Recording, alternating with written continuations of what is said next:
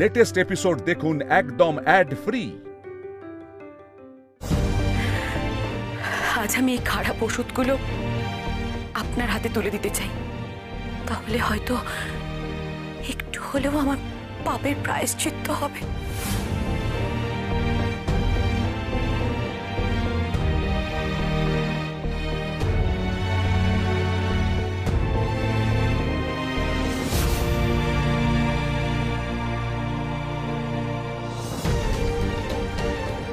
প্রথম যখন আমি এই বাড়িতে এসেছিলাম তখন সূর্য স্যারই আমাকে বলেছিলেন বৈশালী ম্যাডামকে ঠিকমতো ওষুধ খাওয়ানো, খাবার খাওয়ানো, ওনাকে দেখভাল করা, এই সব কিছু আমারই কাজ।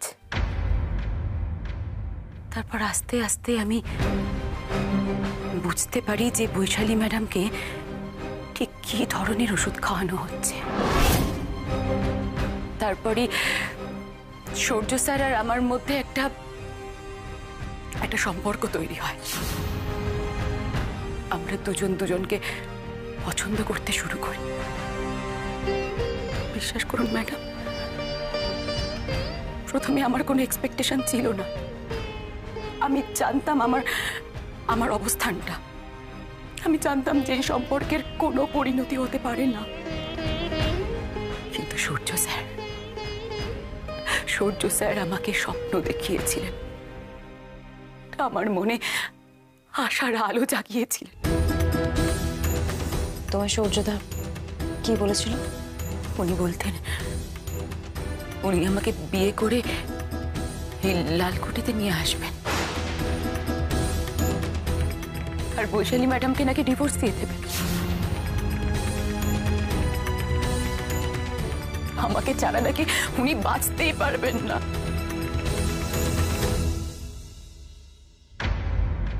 কতদিনের সম্পর্ক তোমাদের?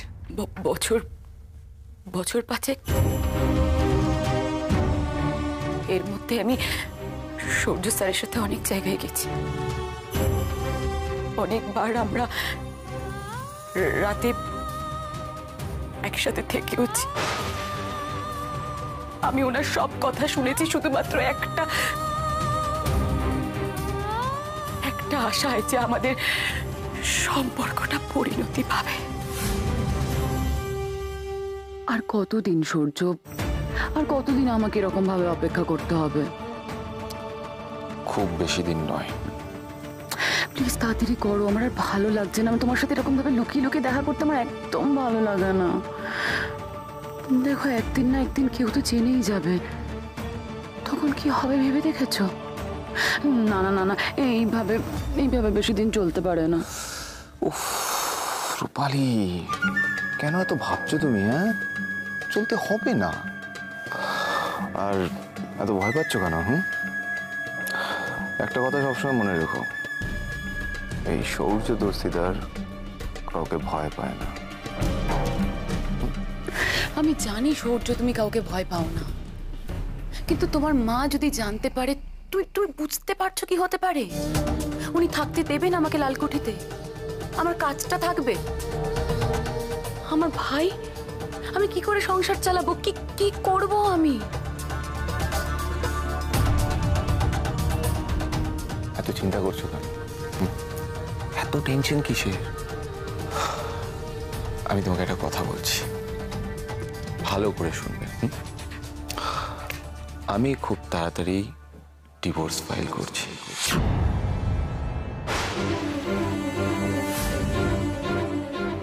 অফিসিয়ালি বৈশালীর থেকে ডিভোর্স নেওয়ার পর আমি তোমায় বিয়ে করব।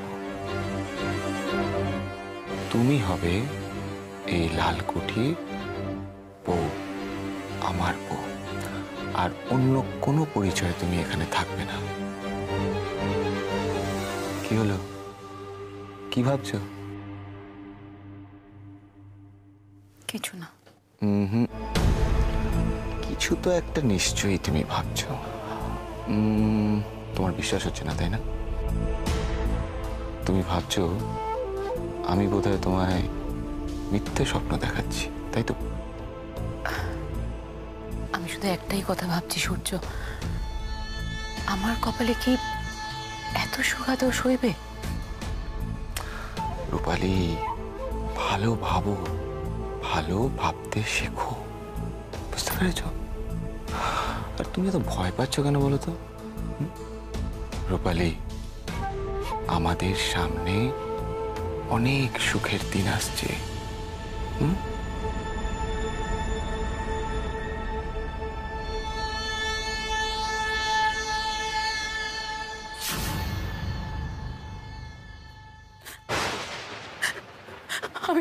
আমি আজকে বুঝতে পারছি যেরকম একটা জঘন্য মানুষকে নিয়ে আমার স্বপ্ন দেখা খুব ভুল হয়েছে। আর শুধু ভুল না, অন্যায় হয়েছে, খুব বড় অন্যায় হয়েছে। এরকম একটা অনেক স্বপ্ন আমি আর কখনো দেখবো না, কখনো না, কখনো দেখবো না।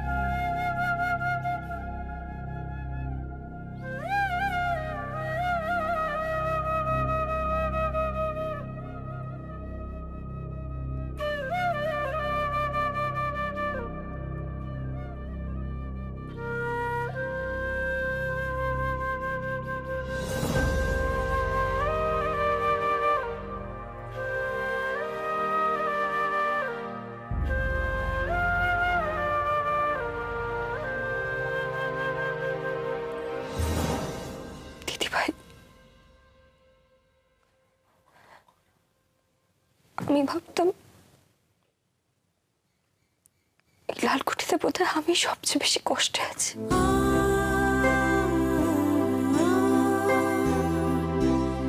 আমি ভাবতেও পারিনি তুই আমার থেকেও বেশি কষ্টে আছিস, যাকে তুই এত ভালোবেসে বিয়ে করেছিলি সে তোকে ঠকিয়েছে,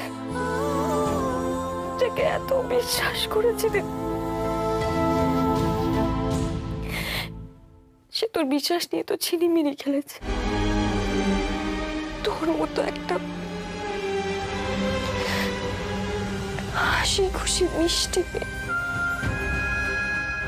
তাকে জেনে বুঝে ওষুধ খাইয়ে এতদিন ধরে অসুস্থ করে রেখে দিয়েছে, যাতে তুই কিছু বুঝতে না পারিস। ঠিক ভুল কিছু বিচার না করতে পারিস। কোনো অন্যায় হলে তার প্রতিবাদ না করতে পারিস। তার সমস্ত ব্যবস্থা করেছে। জানিস কে করেছে? তোর এই অবস্থার জন্য কে দায়ী জানিস? সূর্যদা, তোর ভালোবাসার মানুষটা দিদিভাই। তুই জানতেও পারলি না। দেখ,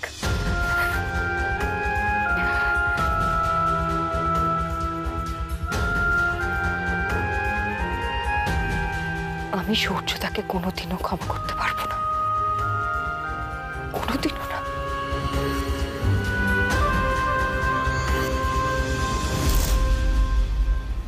দিদিভাই,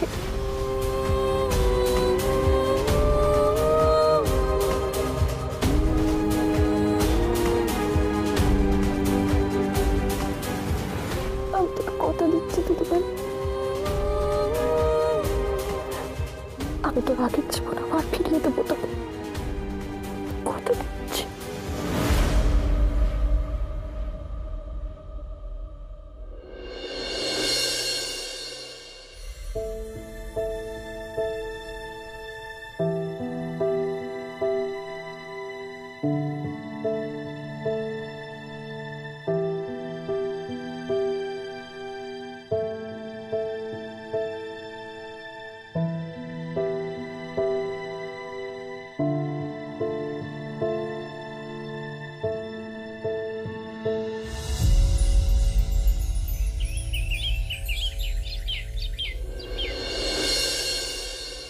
কি ব্যাপার? কি হঠাৎ এখানে ডাকলে কেন?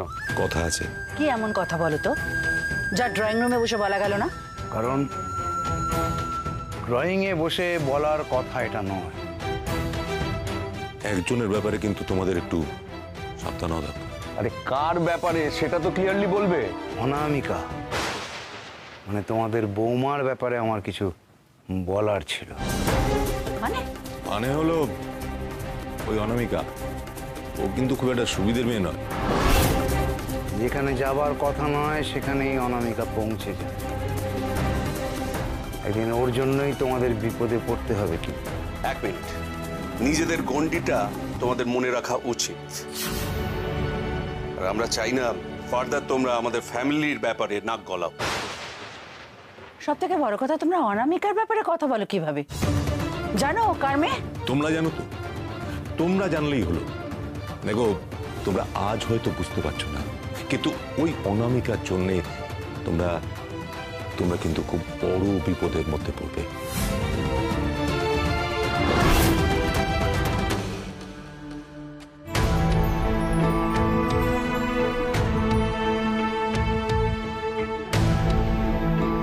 চলে এসেছিস তো আবার? কি করতে এসেছিস বল দেখি? আবার আমাকে জ্বালাবি?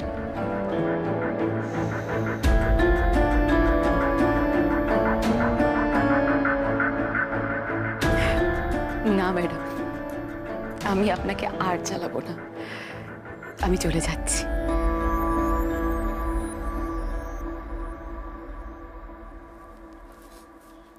চলে যাবি মানে? তুই কোথায় চলে যাবি? কবে আসবি আবার সেটা বল। আমি আর আসবো না, আমি লালকুঠি ছেড়ে একেবারে চলে যাচ্ছি। আপনি কিন্তু সবার কথা শুনবেন, ঠিকমতো ওষুধ খাবেন, শান্ত থাকবেন। আমি চলে যাচ্ছি। দাঁড়া দাঁড়া দাঁড়া দাঁড়া দাঁড়া, তুই কি আমার উপর রাগ করেছিস? আমার উপর রাগ করেছিস তুই? আচ্ছা বাবা, তোকে আর কিছু বলবো না, তোকে আর কখনো কিছু বলবো না। তুই যাবি না? তুই চলে যাবি কেন খামোখা? শোন শোন, ব্যাগটা রাখ, ব্যাগটা রাখ এখানে, ব্যাগটা রাখ, ব্যাগটা রাখ না, ব্যাগটা রাখ না, ব্যাগগুলো রাখ না। শোন না, শোন না, তুই কোথাও যাবি না। তুই চলে গেলে কি করে আমি কি করে থাকবো বল? তুই চলে গেলে আমি কাকে মারবো, কাকে জ্বালাতন করবো? কখনো তোর যাওয়া হবে না, তোর যাওয়া হবে না। তুই বস এখানে, আয়। বৈশালী ম্যাডাম, আরে কথা দেখো, আমাকে ক্ষমা করে দিন বৈশালী ম্যাডাম, আমাকে ক্ষমা করে দিন। আমি প্রচুর অন্যায় করেছি, আমি খুব খারাপ কাজ করেছি, আমাকে ক্ষমা করে দিন, ক্ষমা করে। কি মুশকিল দেখো দেখি, খামোকা কাঁদছিস কেন তুই?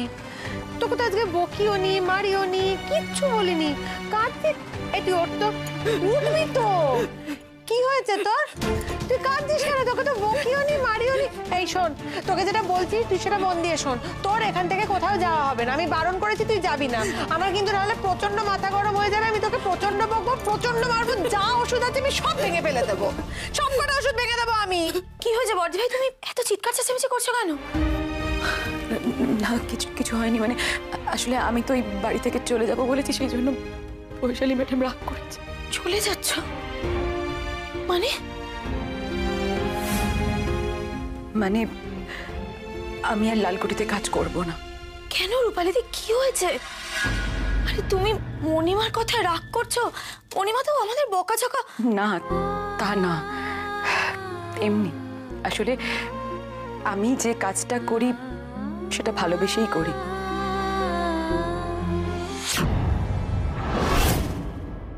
যখন বুঝতে পারি সেখানে ভালোবাসাটা আস্তে আস্তে ফিকে হয়ে যাচ্ছে, তখন নীরবে সেখান থেকে চলে যাই।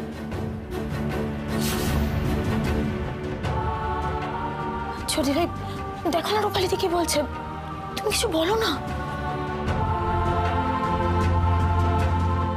রূপালিদি, দেখো, আমি তোমাকে থাকতেও বলবো না, আর চলে যেতেও বলবো না। তোমার মন যেটা চাইছে তুমি সেটাই করবে, কিন্তু আগে ভাগে ভুল বোঝাবুঝি করে চলে গিয়ে পরে যেন পস্তাতে না হয় তোমার। এই দেখ চলে যাবে, চলে যাচ্ছে। এই তুই যাস না, আমি বকবো না তোকে, আর আমি তোকে। যাক, ভালোই হয়েছে। রূপালীকে এমনিতেও আর কোনো কাজে লাগবে না, ওর চলে যাওয়াই ভালো। নতুন কেউ এলে তাকে আবার হিসেব করে কাজে লাগাতে হবে। ম্যাডাম প্লিজ প্লিজ আমাকে ক্ষমা করুন, ক্ষমা করুন।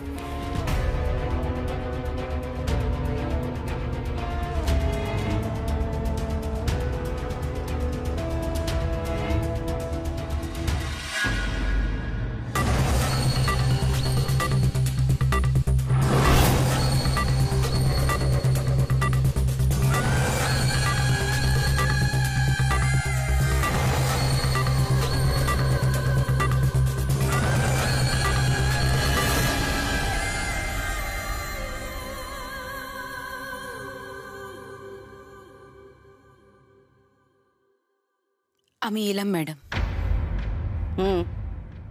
দয়া করে কাল সময় মতো চলে এসো। আপনার বুঝতে বোধহয় কোথাও একটা ভুল হচ্ছে। আমি লালকুঠি ছেড়ে চলে যাচ্ছি, আমি এই বাড়িতে আর কখনো ফিরবো না। কি? আপনি যেটা শুনলেন ঠিকই শুনলেন। আমি এই বাড়ির কাজ ছেড়ে চলে যাচ্ছি। আমার মাইনেটা আপনি কবে দেবেন সেটা শুধু জানিয়ে দেবেন, আমি এসে নিয়ে যাব। এই দাঁড়াও দাঁড়াও, মজা হচ্ছে? যখন ইচ্ছে আসবে, যখন ইচ্ছে চাকরি ছেড়ে দিয়ে চলে যাবে, এসব এ বাড়িতে চলবে না। তোমার এখান থেকে কোথাও যাওয়া হবে না, বুঝেছো? আমি এখন আমার ইচ্ছে মতোই চলবো ম্যাডাম। আমি তো আপনার চাকরিটা করছি না, তাই না? আর আপনি এত চিন্তাই বা করছেন কেন? আপনার তো আমাকে নিয়ে প্রবলেম ছিল, তাই তো? আপনি অনেকবার চেয়েছিলেন যে আমাকে কাজ থেকে বের করে দেওয়ার জন্য, কিন্তু আমি হাতে পায়ে ধরে আপনার কাছে ক্ষমা চেয়ে আমি আমার কাজটুকু টিকিয়ে রাখার চেষ্টা করে গেছি। আর আজ যখন আমি এই কাজটা ছেড়ে চলে যেতে চাইছি, তখন আপনি আমাকে কেন আটকাচ্ছেন? কি হয়েছে? কি হয়েছে বলো? বেশি টাকা লাগবে, তাই তো? এটা সোজাসুজি বললেই তো হতো, এত ঘুরিয়ে কথা বলার তো কোনো দরকার ছিল না। ম্যাডাম আপনি ভুল করছেন, আমার আর কিচ্ছু চাই না। আমার সব চাওয়া পাওয়ার হিসেব নিকেশ চুকিয়ে তবেই আমি লালকুঠি ছাড়ছি। এই আবার কি নতুন খেলা শুরু করেছে বলো তো? আমাকে না এসব বোঝাতে এসো না, অনেক দিন হয়ে গেছে আমার। হ্যাঁ, পরিষ্কার করে বলো কত টাকা লাগবে বলো। ম্যাডাম আমি স্বেচ্ছায় এই বাড়ি ছাড়ছি, আপনি আমার উপর দয়া করবেন না প্লিজ। আর আমার খুব সামান্য প্রয়োজন। যার স্বপ্ন থাকে তার প্রয়োজন থাকতে পারে, কিন্তু আমার আর স্বপ্ন অবশিষ্ট নেই, তাই আমার আর প্রয়োজনও নেই। আর আছি তো আমি আর আমার ভাই। আমাদের যতটুকু প্রয়োজন আমি ঠিক সামলে নেব। আসি।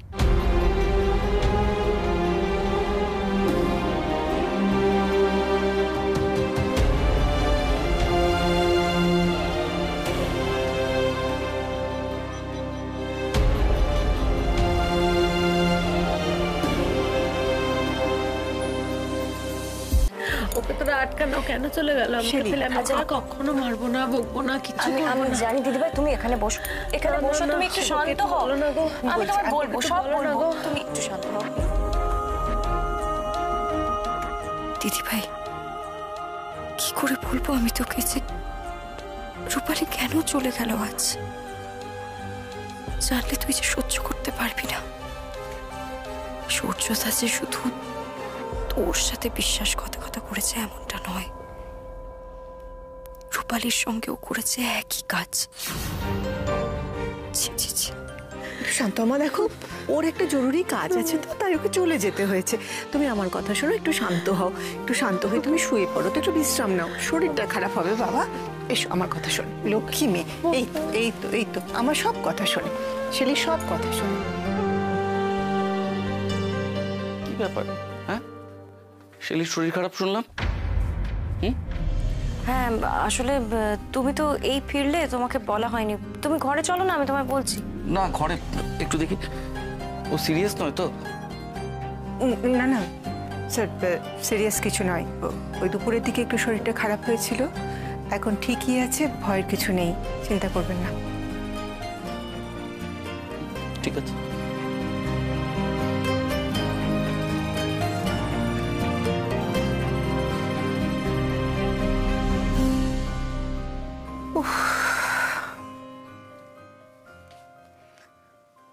শোনো, কালকে বাড়িতে ওই সাধু বাবা তার একটা ভক্ত সমাগম হবে, অনেক লোকজন নাকি বাড়িতে আসবে, সে সমস্ত কিছু মিটে যাক, তারপর একটা নতুন করে প্ল্যান করতে হবে, বুঝতে পারলে? এক মিনিট, কাল ভক্ত সম্মেলন, তাই না? তাহলে যা করার কালই করতে হবে। কাল সবার সামনে ওর মুখোশ খুলে দেওয়ার দিন, আর আমি সেটা করবই।